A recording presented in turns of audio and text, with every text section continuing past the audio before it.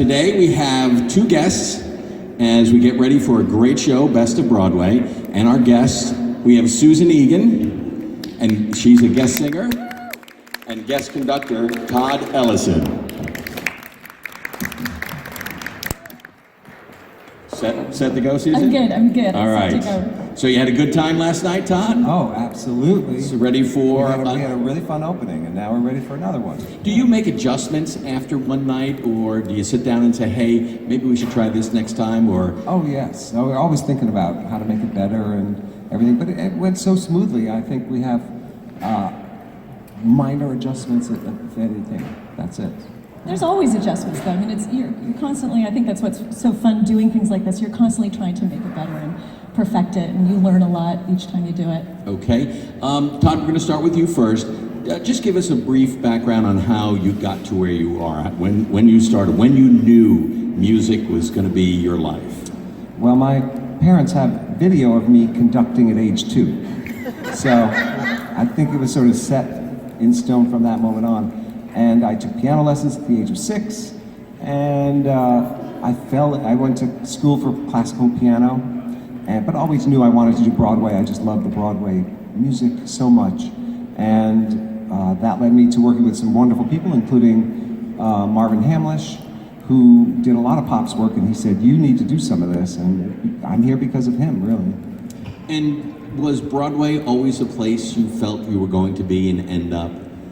I discovered it as a young kid, and I used to play hooky from school, because I lived in Connecticut. I grew up in Connecticut. I'd take the train down. I'd order the tickets ahead of time, and I would play hooky. My parents aren't here, so I can tell this story. And I would take the train down to see the show, and I just felt this inner calmness walking around the theater district. I thought, you know, New York is a scary place when you're 16 and you're walking around New York City.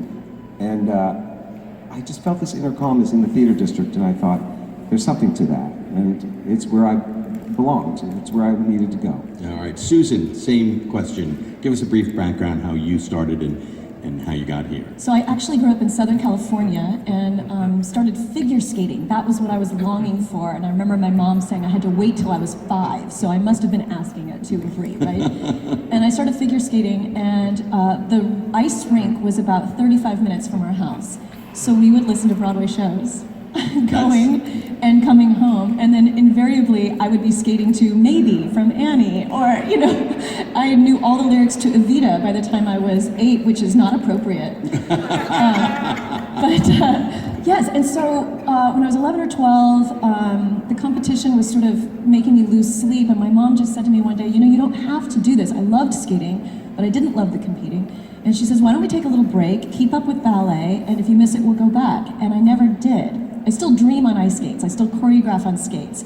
But I had a lot of time to fill. And my best friend, Julie Seaborn, was the star of our school. She says, well, you can dance. Why don't you try out for Guys and Dolls? And so I was the second hot box girl on the end because I could dance. And she wanted to take voice lessons. She was like a young Carol Burnett, just funny, big voice, amazing. And she needed a carpool partner. It's a California story. And so my mom drove one way, her mom drove another way, and we happened upon an amazing teacher. And I guess I didn't have a lot of bad habits because I hadn't sung a lot, and started progressing, and then took advantage of every student production, every community theater production, and just started doing as much as I could, playing hooky to do so. Yes, I can say now. Broadway, was that something was that a goal from when you started? Stupidly, yes. Okay. I mean, it's not something your high school counselor says is an option. Right. But there's something about that frontal cortex not fully developing till you're 25, that at 15 you think, well, sure, why not? And so I just kept my nose to the grindstone, and what I say to students now is that it's actually not that far away. You know, I did 42nd Street my freshman year of college at Downey Civic Light Opera, and, you know, 4 years later I was doing Beauty and the Beast on Broadway, and what I say is get as much stage time as possible, like a pilot getting flight hours. It doesn't matter where the stage is. The audiences are the same people, because the people seeing Downey Civic Light Opera, when they go to New York, they're buying tickets to a Broadway show. And they informed me very quickly what was working about what I was doing and what was not working about what I was doing. And it was a great education. And I just pounded and hoofed and kept doing finding as many opportunities as possible. So by the time I went to New York, I had done quite a bit for a young age. Are you still in New York, or are you I'm in Los Angeles now. I'm in California, actually south of LA. Okay. Yeah. And you're teaching now? Because No, I heard you say students. Right, so I do master classes. So oftentimes when I'm singing with a symphony, there's an art outreach program, something similar to this talkback, as a matter of fact, but it might be on a college campus, and there might be kids singing in a masterclass situation. And so often they feel like it's so far away, and I like to say to them, I go, it's 3 steps. It's really not that far, and if you could stick it out, just keep working hard, stay grounded in the sense of being able to view yourself without bias, and say, I do this well, I don't do this well, and then go find the person who does do that well and learn from them. Okay. All right, Todd, back to you. You conduct, you compose, you arrange, you play Broadway, you've done Radio City. I mean, how do you find time to do all this? It's all time management, and I love what I do, so I make the time. It's, there's a finite hours now in the day. I have a 4 and a 6-year-old, so, school doesn't go 24 hours a day, unfortunately. So, you get your 7 hours to yourself to kind of get the work done, and you just manage the time and figure out the projects, what's coming next, and get it organized and do it. Composing, conducting, what do you like better, or is it's whatever's in front of you at the moment? I love everything about music, so no matter what it is, I have no problems with it. It comes so naturally for me, I guess, and I just enjoy it, so all of it.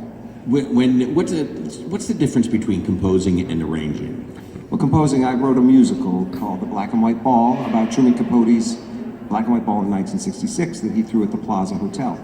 And I wrote all the songs. I had a lyricist, and he wrote the lyrics. And we did a presentation in the fall in New York City for some Broadway producers. I cashed in all my chips, and I invited everybody I knew. And we have some legitimate, wonderful regional theaters interested in the piece. And so they're taking a look at it, seeing where they can put it into development, into the season. And it's so hard, and it's quite a journey. But that is different than getting the call saying, we need you to arrange some songs. Sarah Jessica Parker is going to sing in Once Upon a Mattress, and we need you to help figure out her keys and make these songs make sense. So that's a whole different kind of a job. At this point in your career, is it more of you now saying no because you just don't have time to do all this? Because not only between composing and conducting, you're traveling all over the place. You're a music supervisor for different shows. So are you in a position now where you can say, yeah, I just don't have time? I probably should, but I'm always somebody who always says yes. So like, I'm here, next month I'm in the Pittsburgh Symphony doing a concert there. And in May, I start auditions. I'm going to do the Hollywood Bowl this summer. They're doing a concert version of Annie, so I'm going to go there. We're doing auditions for that in May.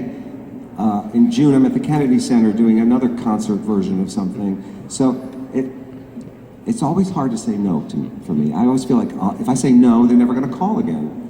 So I just keep saying yes, and then you just make it work.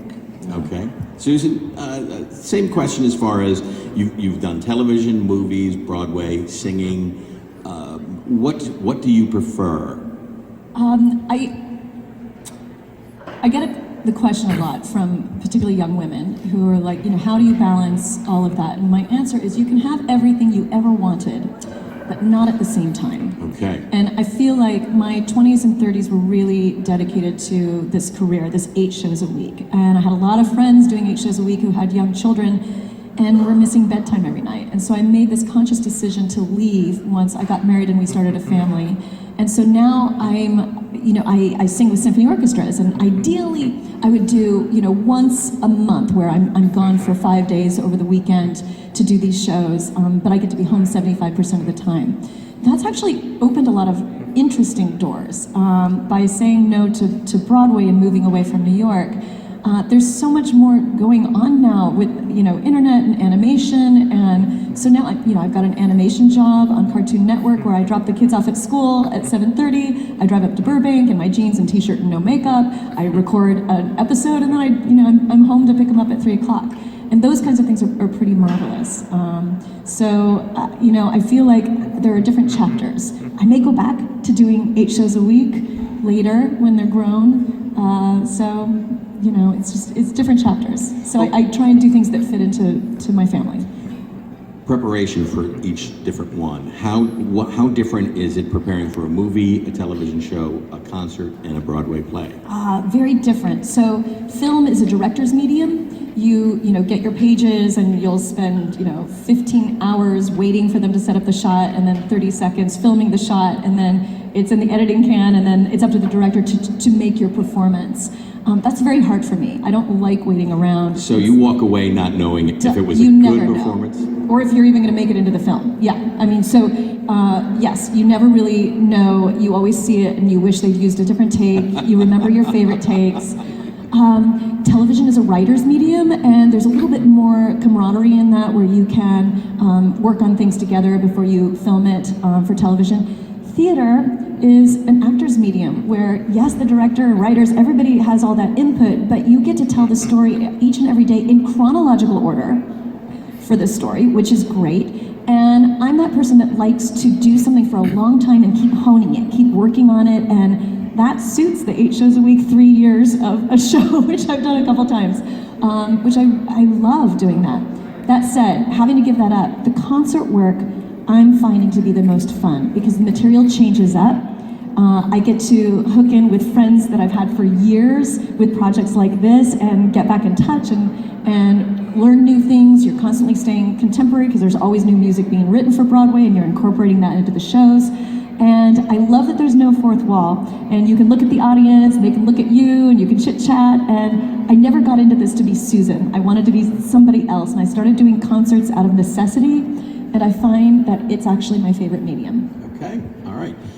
You just mentioned that you're working with friends. Both of you have known each other for a while. Yeah, we never did a show together, but I don't know if you remember this, there was a show called Triumph of Love that you did, and Chris... That's right, Christopher and I starred in that together. And, I was brought in just for one day to help with a backers audition, where you perform the material for rich people who, in the hopes that they're going to give you money to do your show.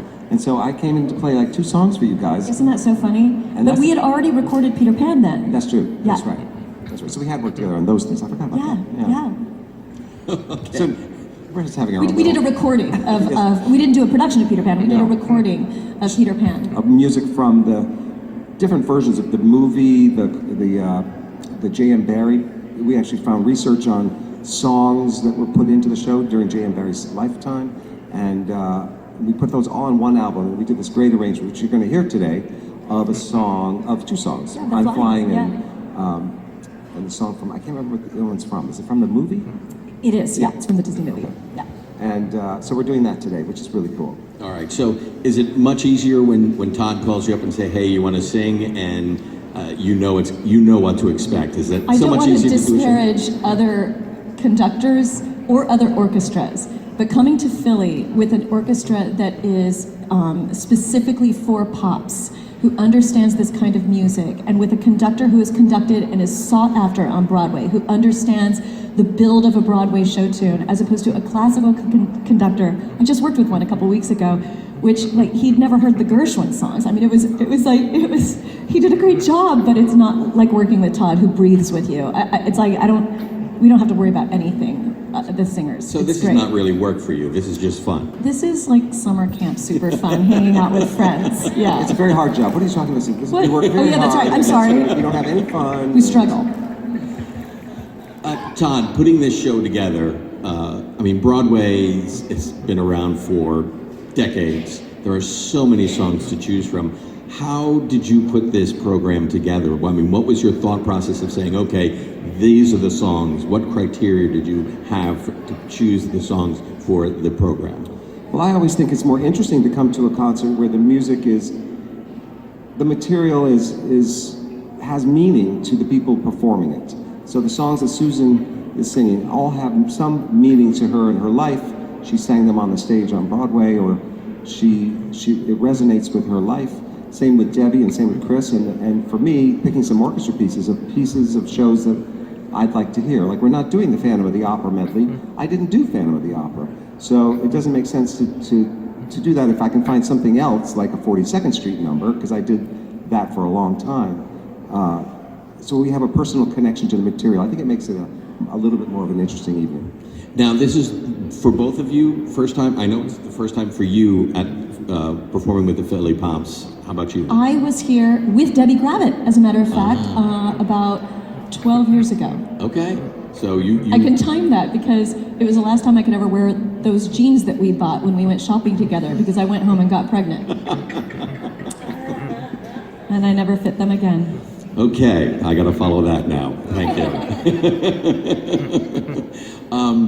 So, with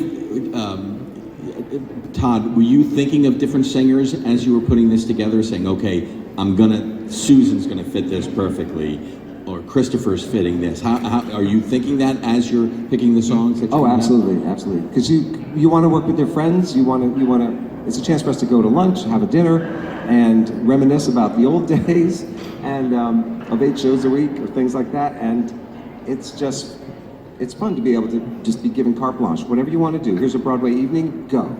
And of course, these three come to mind immediately because we've actually sung together we did the Nashville Symphony a couple of years ago, and completely different material at that time. So it's a different concert.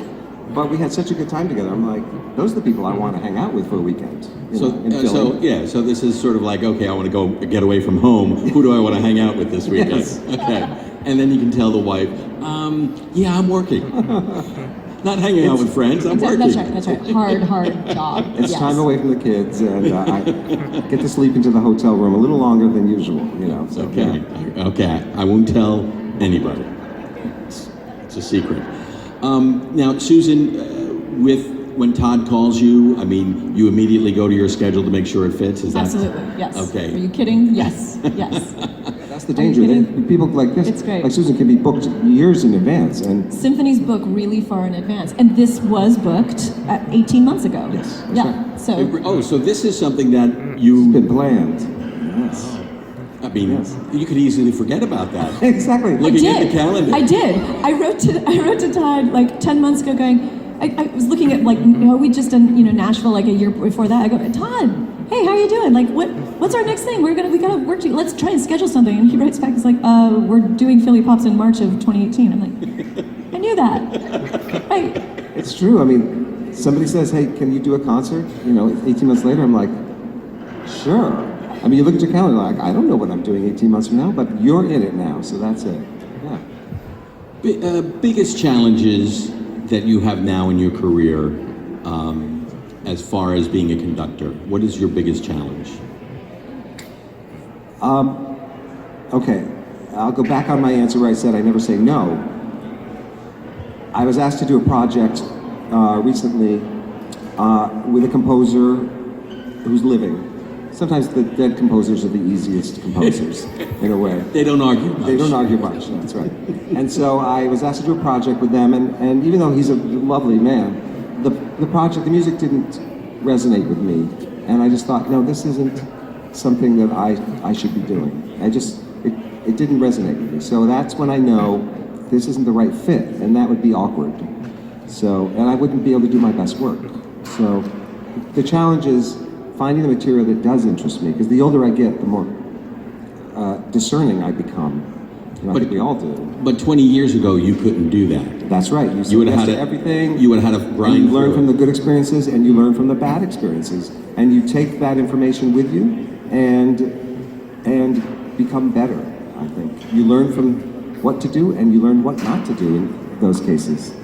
Susan, your biggest challenges? Scheduling. Things come at odd times, and sometimes there's last minute things that I'm dying to do, and I can't make it work, and it's kind of heartbreaking because my heart is still in this, but I'm not the center of my life anymore. I've got this family. But to add on to something that Todd just said, I think the joy of being able to say yes, and the things I say yes to are the projects with the people that we just have a shorthand, where there is this shared history, and we've had good experiences and bad experiences with a plethora of people in the industry. And so to have an opportunity to go back to play a place like this hall with this orchestra, with people who are on the wonderful experience list, is such a joy and a relief, and just no stress, except to do good work. So. Another thing that always amazes me, and this is something I didn't know until I started doing these types of interviews or conversations, how little time you have to rehearse. Todd, when you're rehearsing with an orchestra, do you know right away if it's going to click for you, or if you're going to really have to work with the orchestra? Is that something? Absolutely. The material, you always start with the most challenging material, because you only get about 2.5 hour rehearsal, and there's a 20-minute break built into that 2.5 hours. Well, our concert is 2.5 hours. So there's some material that they're not going to read down before they play it in performance. So you pick the most challenging stuff, and you know immediately whether they're going to get it or not. And of course, you really don't have to worry about that here in Philly, because they're fantastic. They are the most swinginest band I've ever worked with. They just get it. Symphony orchestras have a little bit harder time swinging. That's not what they do on a regular basis. For their pops, occasionally they have to play some swingy stuff, and it's always just a little off. Something's just not quite right, but it works. This is an unbelievable experience to come here and just say, here's the music, and they just do it. So, Susan, does that go for you too, or because Todd is the conductor and it's probably more important for him to have the connection with the orchestra, and you just sort of go along? Is that the way it works? With Todd, it's very easy.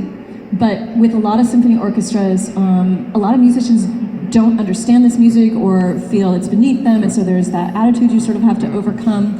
And there is no time. You have 2.5 hours to rehearse 2 hours of music, and sometimes you don't have a conductor who understands it as well. And so I like to quote the great Tommy Tune, who was my mentor when I entered this industry. He says, Susu, if you're not in the tempo you love the tempo you're in. And that is true. You have to check your ego at the door, because there is no way you're going to pull 70 pieces to you. You need to accept and love the wave that they are building, and make it look like it was your choice to the audience, But that's a fun challenge. So you have to be adaptable. Oh my goodness, yes. In Do you symphony world, have yes. in a scenario like this, when you have a new orchestra, Yes. you have to be adaptable too? Oh yes. They'll tell me immediately, we can't go that fast. And I adjust, and I go, all right. They don't want to go that fast tonight. I love that line. I can just adjust. It's all about adjusting, that's right. And what's great is I can hear her, I follow her phrasing and her breathing. She's such a clear singer. She's not someone who just starts singing like that. She actually takes a breath before she sings. That's so helpful. Well, and you have those cues, because in a Broadway show, Todd would be in front of me, and he could be conducting me what to do, and we would always be together.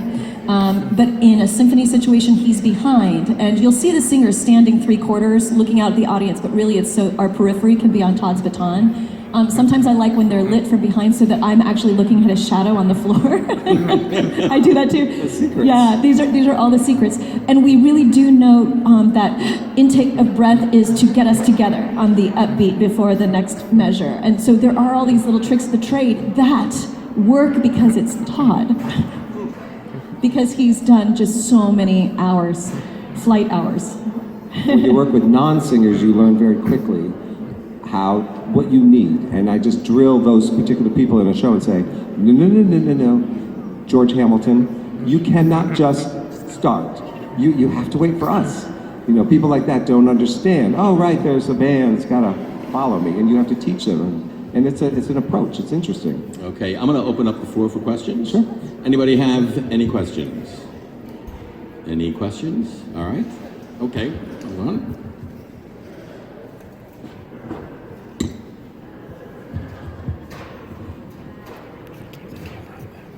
Not to disparage any show, but what's your favorite show that you like to do? My favorite show that I've already done? It's usually the one you're working on at the moment. But that's the safe answer. But I have a special place in my heart for a show called 42nd Street.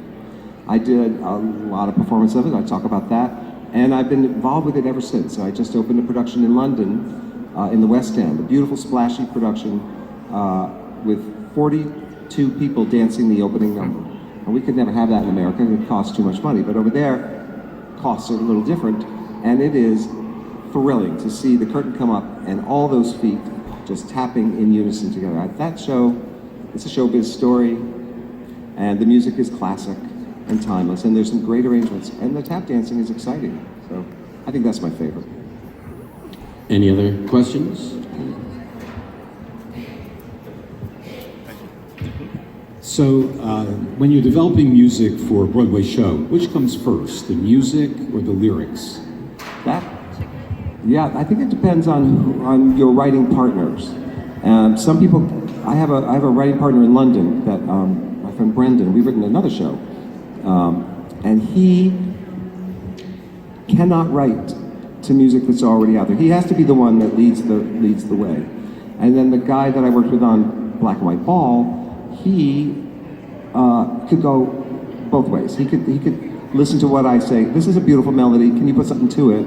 And he'll do it, and we'll see if it works. And sometimes that's the problem. There might be a beautiful melody, but those lyrics are terrible, or the lyrics are brilliant, but that music is terrible. So it's a miracle when an actual song comes together, coalesces, and becomes a classic show tune. It's rare, I think. Any other questions? Susan, let's talk about Beauty and the Beast, because there seems to be a good story with that. Why don't you talk to us about that?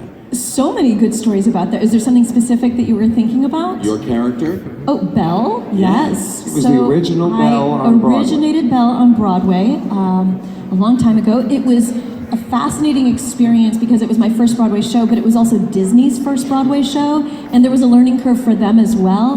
That said, they didn't come in doing things the way other Broadway producers were doing, and sometimes that wreaked havoc, and sometimes it redefined how Broadway shows are produced, because they had their own ideas of doing things. I think the greatest impact that show had was its success showed other film companies that using their source material, they have a whole new life for Legally Blonde or Hairspray, and it caused this sort of resurgence. When I first moved to New York, Broadway shows were kind of dying out. Audiences were getting older. The ticket, scaled over $100 a ticket, and so it was really tough for families. And then Beauty and the Beast opened, and families came, and I call it the 1-2 punch. The next year, Rent opened, and the teenagers came.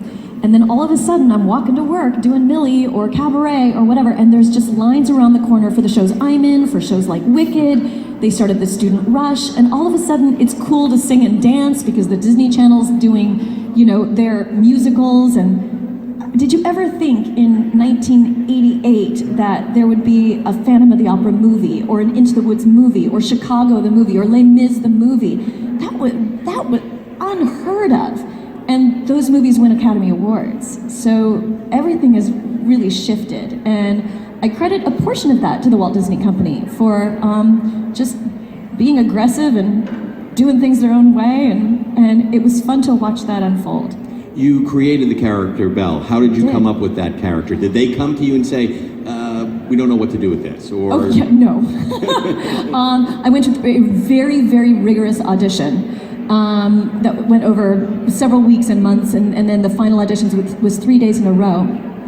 And my advantage should have been my disadvantage. I had not seen the movie, and I was focused on, I was called back for Julie Jordan that year, and so I really thought I would do Julie Jordan, because I really wanted to do Carousel at Lincoln Center. But my agent kept saying, no, you don't know this casting director, just go, just keep going. And I went in and I read the first scene, I sang for them, and they asked me to read the scene, and the scene was, Papa, do you think I'm odd? And so I thought, well, she must be odd. And so I read the scene and I made them laugh. And I think that was different than all the other girls. And their reaction, they told me afterwards, was, while they don't want slapstick Belle, which I would have enjoyed playing, they did have to find somebody who wasn't going to base their character on the movie, because the movie's 90 minutes and the play is 2.5 hours. There's an hour of new material, and so they needed somebody whose natural essence didn't betray the portrayal in the movie, which Paige O'Hara was amazing, but at the same time brought something else to the table because, it was Beauty and the Beast 2.0. Now the audience is going to learn more about this character, and so it had to be an actress that could pull from that. And every character, Lumiere, Cogsworth, Beast, everybody had to have new things. And now we have the live action Beauty and the Beast, which is Beauty and the Beast 3.0, where we learn even more. What happened to Mel's mother, and why was the Beast so spoiled rotten, all these wonderful things. So yeah, it was an interesting experience. Okay, Todd, you worked at Radio City and you worked at Broadway. Could you tell us the difference between the two? I conducted the Radio City Christmas show with the Rockettes for many years, and that schedule is just as grueling as the show schedule. They have 6 shows a day by the time you get into the Christmas, even before the Christmas week. And it starts at 9 a.m. and the place is sold out. And it goes, the next show's at 11:30. Then there's one at 2. And then there's one at 5. And then, so by the time you get home at 11 o'clock at night, you're like, oh my gosh, I have to go to bed and then get up and go back for an 8:30 in the morning half hour and do it all over again. It was crazy. And the funny thing always was, you get there and you're like, I'm so tired. And the orchestra is on a car that is driven. There's a man underneath the car who drives 44 people sitting on this band car, backwards and forwards, up and down, and you have to go to the basement to start. And on the way to the basement is the farm, where all the farm animals for the nativity live. So the smell hits you of the farmland at 8:30 in the morning. You're like, what am I doing? You need to write a book. This This needs to be immortalized in a book. You have so many great That's stories. crazy. And then, boom, the curtain goes up and the thing is rising on one of those beautiful elevators that they have, and there's this huge splashy show that's just nonstop. Broadway, there's a little bit more rehearsal. Everything's a little more contained, and there's no elevators. Or farm animals. But Broadway Except has for the tenors. Yeah,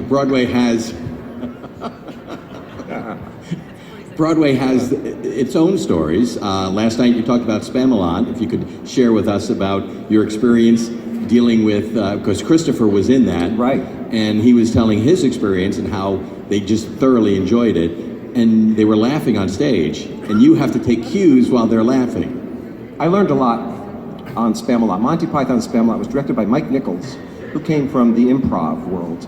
And so he was always telling the actors, make each other laugh, have a good time. So some nights I wouldn't get the right cue line to start the next song. And I'd be like, was that, go. I just never, ever really got the right cue. And eventually I learned, like, here we go. It gave me a lot of freedom. And so now I kind of don't like doing shows where, like, on that word you start the music, and on that word you better be at the intro, and they have it all very, sometimes mapped out exactly how it should play. But that show was just a free-for-all for 4 years, and I loved it. Your version of improv, I guess. Yes. Okay. Any other questions?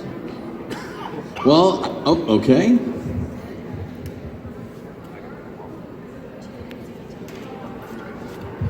Susan, you mentioned about a book and writing a book. Would you want to write a book ever? Oh my gosh. Well, Jennifer, I know this woman. Write a book? When? I would love to write a book. I actually aspire to be a writer, but it would be nothing about Broadway. Just a novel. I just want to write a great novel. And so maybe in my dotage years, I shall do so. I'm not sure. I just got to get through this show today. See how that works. Then write the book. And then I'll write the book tonight, after dinner. Start it. Any other questions? Okay. Susan, this is MB, your Broadway dresser from Beauty. MB! Okay, I have to talk with you afterwards. Yeah, I can't on so get many too- levels. I can't get too close, I have a cold. But I thought you might like to tell some of the stories about the little girls' reactions to you. The little girls' reactions were amazing. People say, were you intimidated to play Belle? And it was such an honor because you'd walk on stage in that blue dress and they already loved you. You didn't have to do anything, just try not to mess that up. But there were so many wonderful stories that MB remembers. My favorite being that the girls would come dressed up in their yellow dress from the Disney store that their mother would be able to rip off once every 3 weeks just to wash it, right? And they felt glorious in that yellow dress. And then I would come out in this, $30,000 yellow dress that MB had to lift, and it was heavy. And I remember one particular night, Terrence Mann the Beast is doing his scene in the West Wing, and then the music starts, do do do do do, and these curtains part, and I'm revealed in a yellow spotlight, which makes that yellow dress look even more yellow. And a little girl, maybe 6, about 10 rows back center, stood up on her seat and says, "Oh, she looks just like me!" And it was this amazing, unifying experience where everybody in the audience laughed. Lumiere, Cogsworth, and the Beast laughed. I stopped and laughed. Conductor laughed. Like, Coserin's laughing. Like, it was the precise reason we were all gathered there. The musicians, the actors, the stage management, the audience, and it's why we were there. What that little girl felt. And that's where it was impossible to ever phone that show in, because you knew every day there was a little girl there who wasn't going to get to see you tomorrow in case you messed up today. I always had tomorrow to make it better, but she didn't. So I would often go out front with my pixie cut, I looked like Peter Pan, and my coffee, and I would watch the little girls come in their Pocahontas sandals and their jasmine purses, and it made it personal. I would think about them during that performance. Okay, any other questions? Todd, Susan, thank you so much. Really Thank appreciate you all. that. Thank you so much. Enjoy the show. Yes. Todd Ellison. Yeah, I have to tell a story. Todd English, is a chef in Boston. And my wife and I lived in Boston for years. So all this week I've been talking to her about, I'm going to be interviewing you, and I kept calling you Todd English. And my wife kept going, "You're stupid, it's Todd Ellison. What's wrong with you?" Sorry about that, Todd. Now what I'm going to do is I've got some